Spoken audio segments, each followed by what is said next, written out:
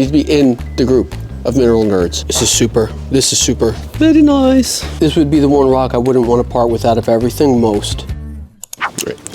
So today we're going to be talking about something sick. I know a lot of us are not super into mineralogy. A lot of people are into crystals, but mineralogy, not so much. There was a gentleman, his name is Gordon Nelson, and he was a pretty famous geologist who actually helped run several really big mines. Again, I'm not going to get into who Gordon Nelson is. If you know, you know. I-K-Y-K. So anyway, what we're looking at here is part of the collection from Gordon Nelson, who was a pretty cool guy. Had a really crazy and extensive collection of minerals. At some point that it all got sold off, and I just was lucky enough to get my hands on a part of it. Look at the quality of this stuff, man. Look at the quality. Look at the quality. Look at the quality. Ornament. Look at this piece.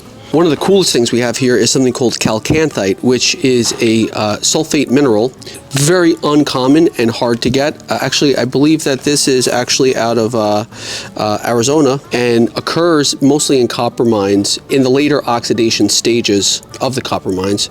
And this is a really crazy piece. Am I going to sell it? No, it's going to stay with me. Okay, and then we have from California some cinnabar.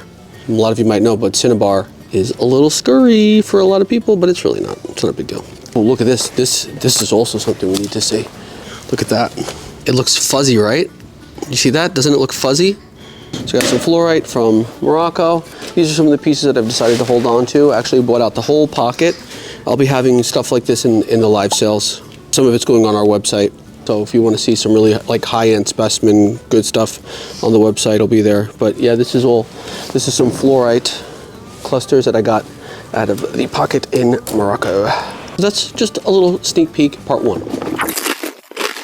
So here we are. What I have here is a series of collections. This is all Dodd collection. We got Rua collection stuff over here. One of the things that's really important and something that I think a lot of us are maybe missing the value of is becoming friends with mineralogists and geologists and people in that industry and in that field, especially mineralogy societies. Cave in Rock, Illinois, fluorite right here. Fluorocrosite from Mexico. This is a great collection, man. I'm super stoked. What happens is that when you're friends with people in mineralogy societies, when collections come up, good collections come up. Oh, Pino. Something else is coming up. So when good collections come up, you might be on the end of a phone call, which is what you really want if you're a mineral collector. And what we're looking at here is just showing off some of the pieces that were in this really crazy collection, like this barite right here. There's more going on in here than just barite. There's septarian in here, and then this is the barite crystals right here in the septarian. But this is a spectacular rock. This is Samrua collection. You got smithsonite, but then I think this is going to be chrysocolla. You got quartz on here. This is dope. You got some celestine right here from Sicily. Never would I sell this, period. So anyway, we're gonna hold on to that forever. So far, the celestine from Sicily is my favorite out of everything, but I do also really like this marcasite right here. This is also really nice. Would be really hard for me to part ways with this. This is Napa County, California. So this is super. I love it. This is also from this is Napa Valley, but this has got quartz in it. This is with the quartz veins in them. This is again also good luck finding that nowadays, and if you do, the price on it is going to be pretty high. Oh, so we got some celestine here also. This is, I think this is Clay Center, Ohio stuff right here. This is beautiful. And if you're a mineralogy society or you're a mineralogist or you have good collection stuff like this, I'm your man. I know everyone in the world says that kind of stuff, but I'm a good person to call if you got a collection. Even if you need appraisal or something. I've done so many appraisals on so many collections. And then anyway, what we have here is amethyst from Oregon, Bulldog Mountain, amethyst. Lebethanite, wow. Also from Arizona. This is really nice. This is from the McLaughlin mine in California. This is opal from the McLaughlin mine, California. Boom, bingo. Okay, and then we're gonna have some really nice chrysocolla with shadakite coming out of Arizona. This would be the one rock I wouldn't want to part with out of everything most. So this sphalerite right here from Missouri is also, this would be a hard hard one for me to let go of too, quite honestly. This would probably be my second runner-up. I mean, there's a lot of malachite in here from the Ray mine. That would be a hard one for me to part with. So I'd want to keep that. I'd also want to keep the opal here. I'd want to keep the so I'm keeping it. Favorite piece out of everything that we've gone through is definitely this fluorite right here.